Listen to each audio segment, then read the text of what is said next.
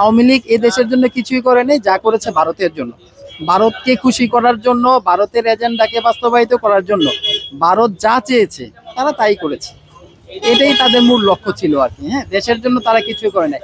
যদি তারা দেশের জন্য কিছু করতো তাহলে এই দেশটা, আমি মনে করি যে সিঙ্গাপুরের আরো আগে এই দেশটা সিঙ্গাপুর হয়ে যেত। জামাত ইসলাম করার আগে কোন দল করতেন? আসলে আমরা যেভাবে পড়ালেখা করেছি এবং ওইখানে যা আমরা পড়েছি, ওইখানে ইতিহাস আমাদেরকে যা শিখিয়েছে, আমরা তো বই পড়ে পড়ে শিখেছি না, বাস্তবতাটা তো আপনি আমাকে এসে বলেননি যে এটা সত্য এটা মিথ্যা। বই থেকে আমরা পড়েছি, তো বইয়ে আমরা যতটা দেখেছি তাতে তো মনে হচ্ছে যে হ্যাঁ, শেখ মুজিবুর সাহেব অনেক ভালো ছিলেন। হ্যাঁ, উনি যা করেছেন দেশের জন্য করেছেন, উনি স্বাধীনতার রূপকার ছিলেন। তো ওইগুলি শুনে শুনে তখন মনে হইতো যে না, দেশের জন্য আওয়ামী লীগ হয়তো বেশ কিছু মানে ভালো কিছু কাজ করেছে।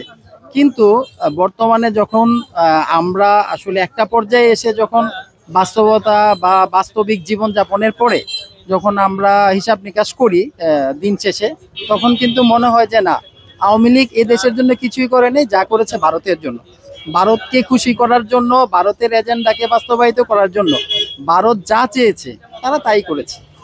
এটাই তাদের মূল লক্ষ্য ছিল আর কি। হ্যাঁ, দেশের জন্য তারা কিছুই করে নাই।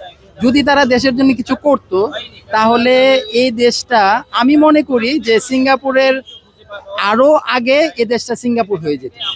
আমরা সিঙ্গাপুরকে কেন আমরা ফলো করবো, বা সিঙ্গাপুরকে কেন আমরা উদাহরণ হিসাবে আমাদের কাছে আনবো?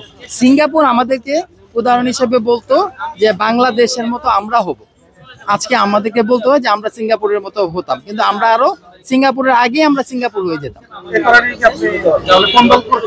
না, আমি আমি আমি আসলে কোনো দল করতাম না।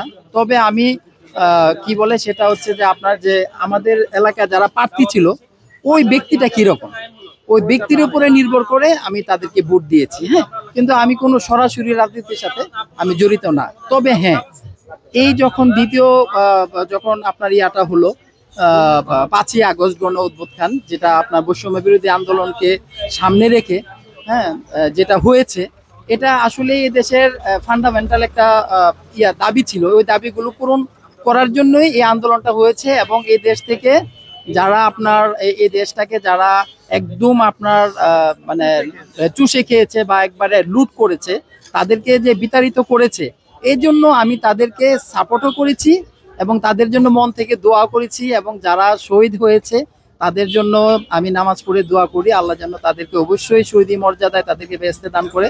যারা আহত আছে তাদেরকে যেন আল্লাহ খুব তাড়াতাড়ি সুস্থ করে দেন, এবং আমরা তাদের এই আত্মত্যাগ আমরা যেন ভুলে না যাই। হ্যাঁ, এটাই আমি আশা করি।